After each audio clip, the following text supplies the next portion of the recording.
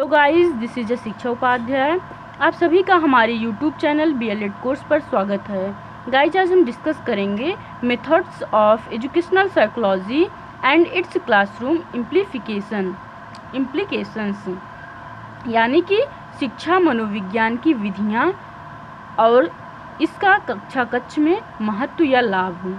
यानी जो हम शिक्षा मनोविज्ञान की विधियों का यूज़ कर रहे हैं शिक्षण के क्षेत्र में, तो उसका क्या इम्पोर्टेंस है हमारे पढ़ने में, उसका क्या इम्पोर्टेंस है कक्षा कक्ष में।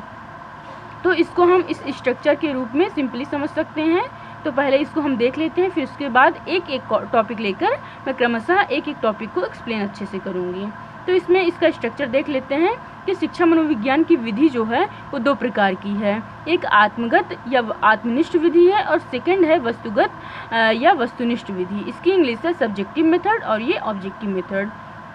फिर उसके बाद ये जो है इसका भी टू टाइप है। एक है अंतःदर्शन या आत्मनिरीक्षण यानी कि इंट्रोस्पेक्टिव, और सेकंड है बहिर्दर्शन या गाथावर्णन या अवलोकन ऑब्जर्वेशन या बाह्य निरीक्षण विधि। फिर उसके बाद जो ये वस्तुगत या वस्तुनिष्ठ विधि है, इसका भी 4 टाइप है। इसका 4 टाइप नहीं है, इसके अलावा भी और सारी विधियां हैं, बट हमें BLED में यही 4 टॉपिक को पढ़ना है, ज़्यादा ये इम्पोर्टेंट है। बाकी सब भी एक दो बार पढ़ लेंगे। थोड़ी टाइम हमें दीजिए, फिर उसके बाद उसका भी हम वीडियो अपलोड करेंगे। फिर आप लोग उसको भी देखकर अच्छे तरीके से समझ जाइएगा। लेकिन अभी फ़िलहाल में यही 4 टॉपिक को अभी पढ़ना है, कवर करना है। तो इसमें आत्मगत विधि हम देखते हैं। आत्मगत का मतलब ही होता है कि इसमें स्वयं का अनुभव करना। इसमें है कि व्यक्ति स्वयं अपने व्यवहार की व्याख्या करता है, विश्लेषण करता है। यानी कि जो व्यक्ति होता है वो सेल्फ अपने आप का जो बिहेवियर उसका होता है उसका इंटरप्रिटेट करता है, एक्सप्लेनेशन करता है, विश्लेषण करता है अपने बारे में। तो इसके अंतर्गत 2 है, जैसे एक है अंतःदर्शन, दूसरा है बहिर्दर्शन विधि। अंतःदर्शन का शाब्दिक अर्थ होता है अपने आप में देखना या सेल्फ ऑब्जर्वेशन करना। जैसे कि जो कैलाश पर्वत पर या एकांकी मतलब ऐसे क्षेत्र पर जहाँ पर अकेला वही इंसान हो, वो अपने आप को वहाँ अकेला देखता है और फिर अपने बारे में केवल देखता, अपने बारे में सोचता है और शांत वातावरण में केवल अपने ही बारे में अध्ययन करता है। ऐसे संत महात्मा लोग होते हैं जो आत्मदर्शन करते हैं। महात्मा बुद्ध जिनकी प्रेरणा अभी तक हम लोगों के अंतर्गत है, हमारे माइंड में है, जिनसे हम लाभान्वित भी होते हैं और हमारा जो माइंड होता है काफ़ी शांत महसूस करता है, तो अंतःदर्शन की ही वजह से। इसमें ये होता है कि एकांत स्थान पर जाकर अपने आप का दर्शन करना, अपने आप में देखना, यानी कि सेल्फ ऑब्जर्वेशन। व्यक्ति स्वयं अपनी मानसिक क्रियाओं का निरीक्षण करता है, विश्लेषण करता है और वर्णन करता है। इसके माध्यम से व्यक्ति अपने अनुभवों को अभिव्यक्त कर सकता है। यानी जो व्यक्ति होता है ये अपने जो एक्सपीरियंस को, अपने फीलिंग्स को एक्सप्रेस कर सकता है अंतःदर्शन के द्वारा। इसी विधि में ये आता है। प्राचीन समय में ये तो अधिक उपयोगी था क्योंकि संत लोग जो थे इसी का अधिक यूज़ करते थे, बट प्रेजेंट टाइम में इसको वैज्ञानिक विधि नहीं माना जाता है। स्काउट के अकॉर्डिंग स्काउट ने इसके विषय में कहा है कि अपनी ही मानसिक क्रियाओं का क्रमबद्ध अध्ययन ही अंतः निरीक्षण कहलाता है। यानी कि अपनी जो हमारे मस्तिष्क में जो क्रियाएं चल रही हैं उसी का हम क्रमबद्ध अध्ययन करें, वही अंतः निरीक्षण है। जैसे कि पहले वाले टॉपिक में था कि कक्षा कक्ष में जो है ये विधियाँ, इनका क्या इम्पोर्टेंस है, तो इसको गुण के रूप में हम लिख सकते हैं। गुण या महत्व भी बोल सकते हैं, विशेषताएं भी बोल सकते हैं। तो अगर जैसे एग्जाम में आ गया है कि इन विधि का या अंतःदर्शन विधि का विशेषता महत्व बताइए, तो हम इसको गुण को लिख सकते हैं।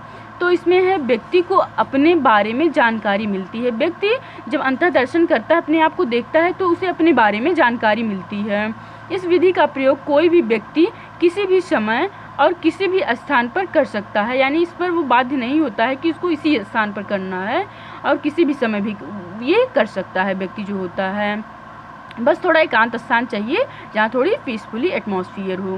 रॉस के अकॉर्डिंग है, मनोवैज्ञानिक का स्वयं का मस्तिष्क प्रयोगशाला होता है, क्योंकि यह सदैव उनके साथ रहता है। जो मस्तिष्क होता है आदमी का, वो बॉडी का ही एक पार्ट है, तो वह मनुष्य के ही साथ हमेशा रहता है।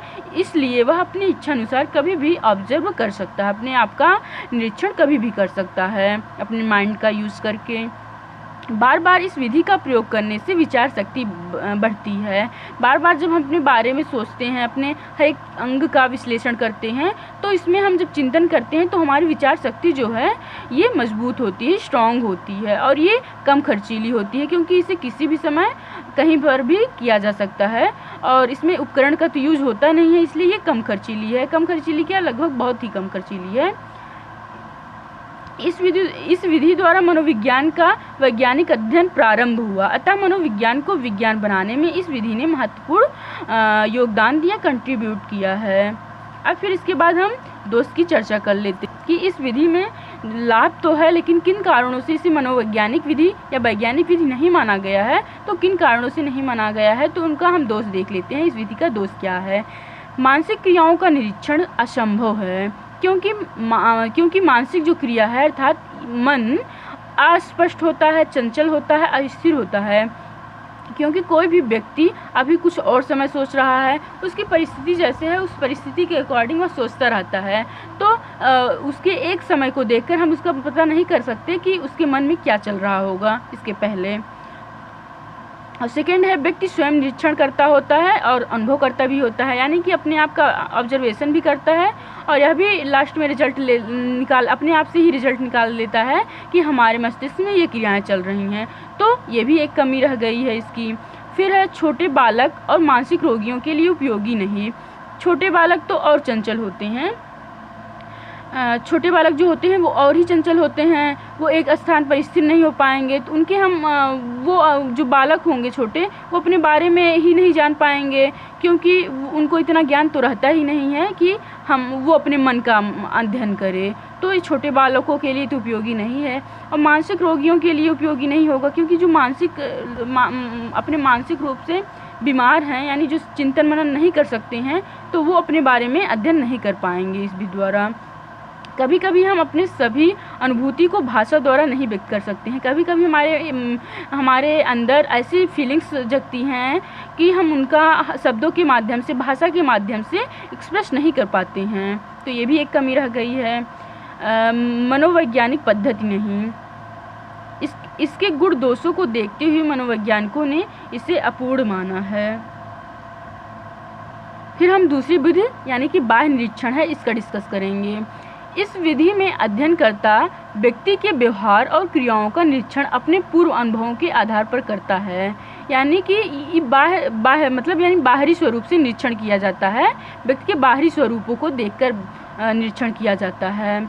इसमें बाह्य रूप से जो कुछ स्पष्ट दिखाई देता है उसी के अनुसार ही निरीक्षण किया जाता है, जिसके आधार पर मानसिक स्थिति का ज्ञान प्राप्त किया जाता है।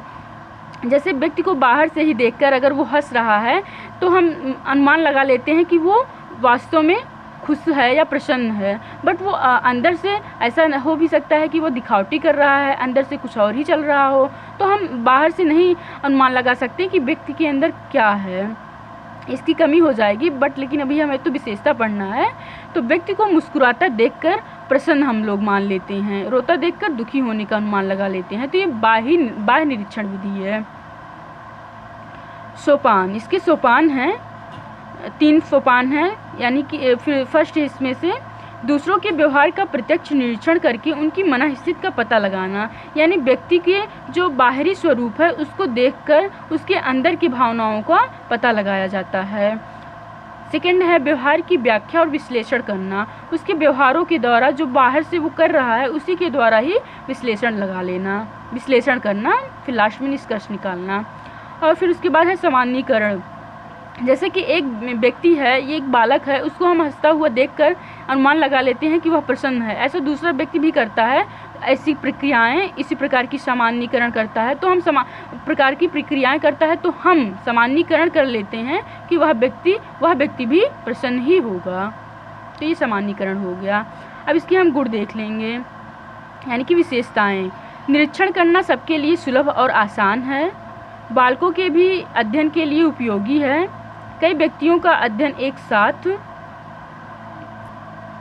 ये सभी प्रकार के प्राणियों पर संभव है, यानी कि ये जीव जंतु, जितने भी जीव जंतु हैं उनके ऊपर भी संभव है, और यह बालक के लिए भी और बड़ों के लिए, दोनों के लिए उपयोगी है। प्राप्त परिणाम का सांख्यिकी निरूपण किया जा सकता है, यानी कि उसकी जो मन की भावना है या बाहरी चीज़ों को देखकर उसके मन के बारे में कितना हम है कि वो अंदर से कैसा है, उसका सांख्यिकी निरूपण भी कर सकते हैं। फिर उसके बाद निष्कर्षों में यथार्थता और विश्वसनीयता होती है। लगभग जो हम निष्कर्ष निकालते हैं उसमें यथार्थता होती है, विश्वसनीयता होती है, यानी कि जो यथार्थता विश्वसनीयता का यही एग्जैक्ट मतलब होता है कि जैसे कि एक लोग जो निकाल रहे हैं, सांख्यिकी निरूपण कर रहे हैं, जितनी संख्या निकाल रहे हैं, दूसरा अगर वो करेगा, विश्लेषण करेगा, तो उसका भी उतने ही लगभग आएगा। फिर उसके बाद है सत्यापन की सुविधा। जब सबका मतलब इसमें ये क्योंकि यथार्थ होता है, विश्वसनीय होता है, तो इसका वेरिफिकेशन भी कर सकते हैं कि जो मान निकालने पर आया है इस व्यक्ति का वो सही है कि नहीं, सत्यापन कर सकते हैं। वैज्ञानिक अध्ययन इसका संभव है। इसके दोष क्या क्या हैं, अब इसको देख लेते हैं। इसमें निरीक्षणकर्ता की व्यक्तिगत रुचि का प्रभाव पड़ता है, अतः इसमें आत्मनिष्ठता आ जाती है। जैसे अपने मित्र के व्यवहार का वर्णन करते समय उसके अवगुणों पर प्रकाश न डालना, इस प्रकार पूर्ण रूप से वस्तुनिष्ठता नहीं आ पाती है। जैसे कि अगर कोई व्यक्ति दूसरे व्यक्ति का अगर अवलोकन कर रहा है, निरीक्षण कर रहा है, तो अगर वह व्यक्ति है तो उसकी बुराई तो लिखेगा नहीं, सब अच्छाइयाँ ही लिखते जाएगा। तो इस प्रकार से उसका पूर्ण रूप से अध्ययन नहीं किया जा सकता है। फिर विषयी, जिसका निरीक्षण किया जा रहा है, अपने व्यवहार को स्वाभाविक रूप से प्रकट नहीं करता, जिससे वास्तविक व्यवहार का पता नहीं चल पाता है। जो विषयी है यानी जिसका परीक्षण किया जाना है, वो जब जान जाएगा कि हमारा अवलोकन अभी विश्लेषण किया जा रहा है, तो अपने वो जो सही स्वरूप है उसको नहीं प्रकट करेगा, वो बनावटीपन अपने स्वभाव में ला देगा। और फिर उसके बाद है केवल बाह्य व्यवहार का ही अध्ययन करता है, ये आंतरिक व्यवहार का अध्ययन नहीं करता है। यही इसके दोष हैं। अब जैसे इस विधि में दोष है तो हम सुझाव द्वारा इसमें सुधार ला सकते हैं, तो सुझाव देख लेते हैं कि कौन कौन सुझाव सजेस्ट हम कर सकते हैं। व्यापक दृष्टिकोण से सावधानीपूर्वक निरीक्षण करना, यानी चाहे व्यक्ति हो, चाहे शत्रु, चाहे मतलब मित्र हो, चाहे शत्रु हो, सबका निरीक्षण हम अभी निरीक्षण करने आए तो मेरा काम है केवल निरीक्षण करना, व्यक्ति का व्यवहार का अध्ययन करना, तो केवल वही करेंगे, तो व्यापक दृष्टिकोण रखना। फिर है उसके बाद अपनी पूर्व धारणाओं को दूर रखकर निरीक्षण करना, यानी कि अगर पहले से उस व्यक्ति के बारे में हमने कुछ लड़ाई झगड़ा या हो चुका है, कोई मन मुटाव है, तो उसका हम अपने इस परीक्षण पर ना लें, पूर्व अनुभवों को छोड़ें, अपने केवल परीक्षण पर ही फोकस करें। फिर उसके बाद है वैज्ञानिक ढंग से निष्कर्ष निकालना। वैज्ञानिक ढंग मतलब ही होता है कि उसका क्रमबद्ध उसके व्यवहार का अध्ययन करना, फिर निष्कर्ष निकालना। अब फिर सेकंड था वस्तुनिष्ठ, आत्मनिष्ठ, वस्तुनिष्ठ दो विधियां होती हैं। तो वस्तुनिष्ठ में फर्स्ट है निरीक्षण विधि या ऑब्जर्वेशन मेथड या अवलोकन विधि। इसका प्रतिपादन किया है व्यवहारवादी मनोवैज्ञानिक। यह व्यक्ति के अध्ययन की प्राचीनतम विधि है। यह जो है ये प्राचीनतम विधि है। इसमें व्यवहार या घटना का क्रमबद्ध अध्ययन किया जाता है। जॉन डोलार्ड के अकॉर्डिंग है निरीक्षण अनुसंधान का एक प्राथमिक उपकरण है, यानी कि जो निरीक्षण है वह रिसर्च का एक प्राथमिक उपकरण है। यानी अगर हम रिसर्च करते हैं तो पहले उस परिस्थिति को या उस चीज़ को या जो जिसका हम अनुसंधान कर रहे हैं उसको पहले हम प्रत्यक्ष रूप से देखेंगे, निरीक्षण करेंगे।